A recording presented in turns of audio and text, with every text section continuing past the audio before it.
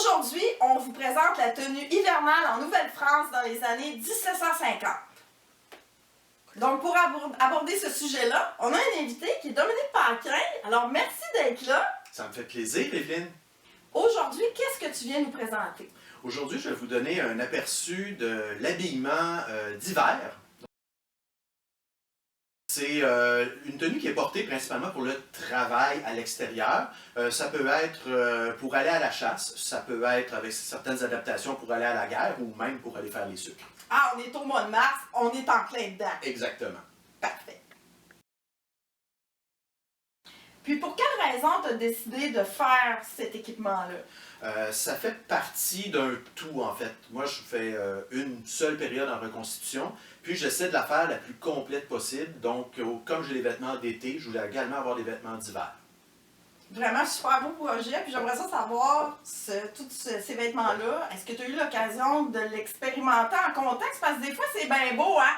On se fait des costumes, mais c'est juste pour la parure. Oui, moi, c'est principalement pour l'expérimenter en contexte. Donc, j'ai fait toutes sortes d'activités à l'extérieur, puis ça nous permet justement de voir comment est-ce que les vêtements sont adaptés, puis de comprendre aussi pourquoi ils portaient ces vêtements-là.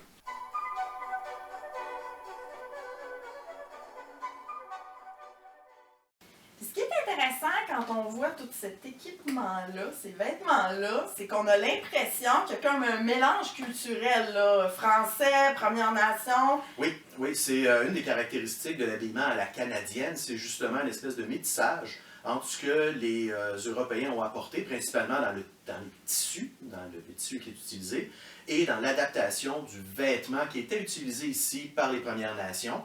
Donc, il y a vraiment un mix qui s'est fait, il y a vraiment un mélange qui s'est fait qui était utilisé par les deux, autant par les Blancs que par les Premières Nations. Il y a une grande tradition à partir du 17e siècle même où on commence à équiper les militaires avec des parties de vêtements et de l'équipement qui est à la canadienne, donc inspiré des Premières Nations.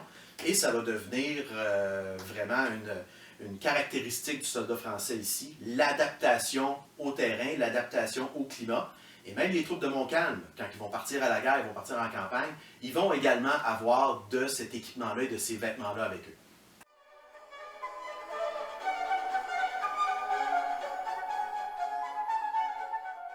Ben, on est prêt? Absolument, oui, on est prêt, absolument. On se trouve on va t'habiller dans le fond. Bon, là, on est vraiment sur la base, là. Oui, je sors du lit à peu près. Là. Sors du lit.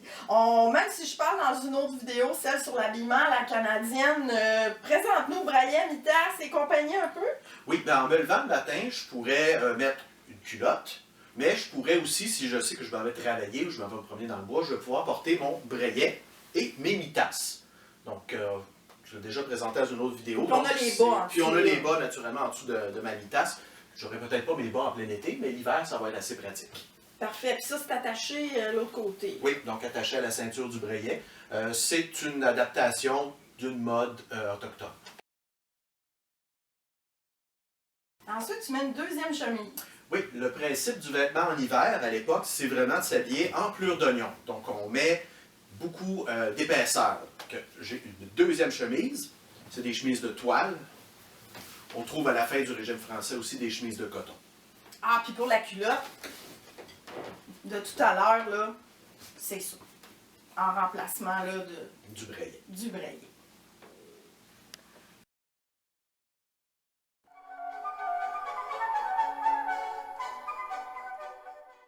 Donc, la deuxième chemise est enfilée et tu as mis un mouchoir de cou. On passe au gilet. Le gilet, donc une autre couche qu'on met par-dessus. Une des sources qu'on utilise beaucoup pour savoir comment les gens s'habillaient l'hiver, c'est les descriptions de noyés.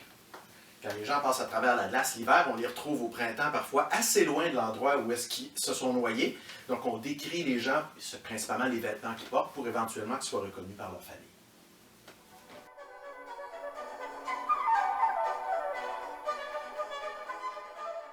Bon, alors on y va avec la tuque, veste ou mantelet aussi. Oui, on voit les deux appellations à l'époque.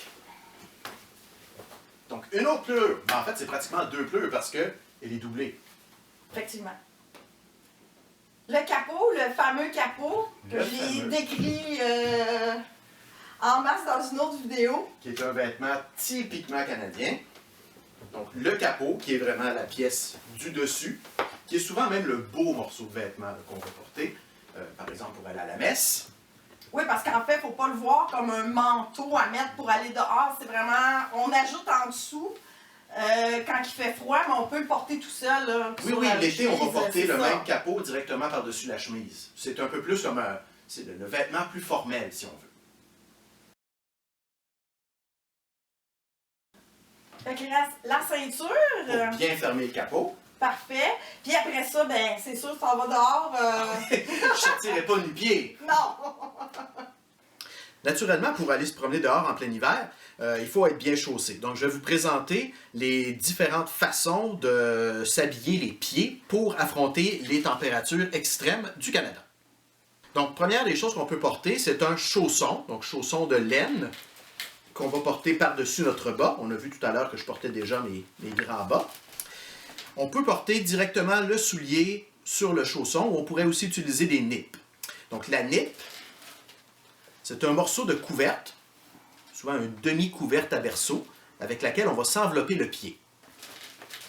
Donc, on va tout simplement envelopper notre pied avec la nippe, et on va aller porter notre chaussure par-dessus.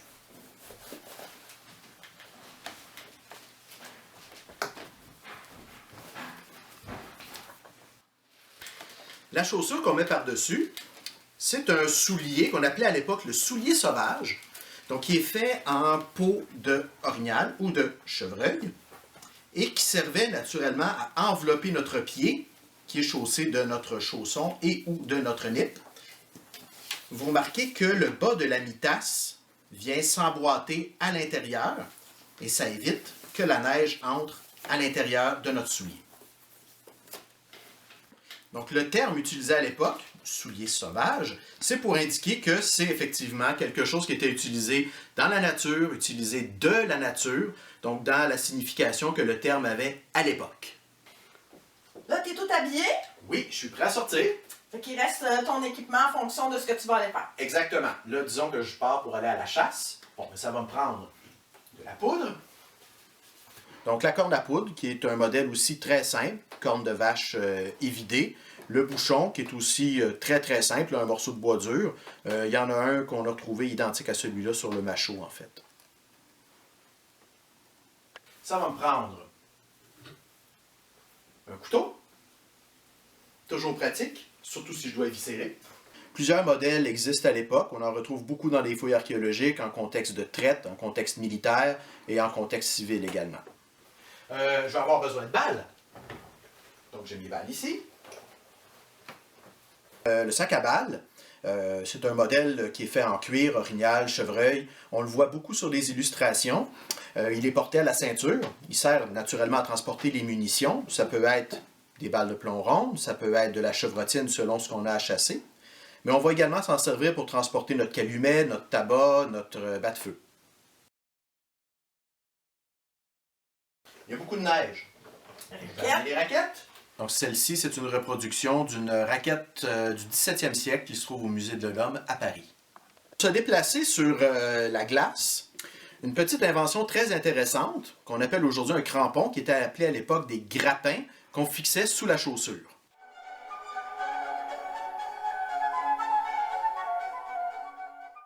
Naturellement, Fusil. on fusille.